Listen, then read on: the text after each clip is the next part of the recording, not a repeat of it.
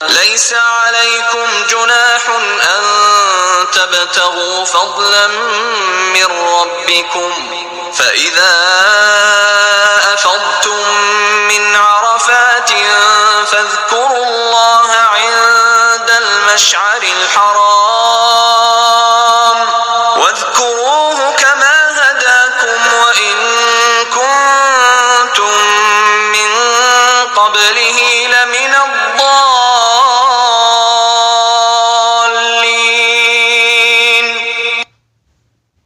तुम पर अपने रब का फजल तलाश करने में कोई गुनाह नहीं।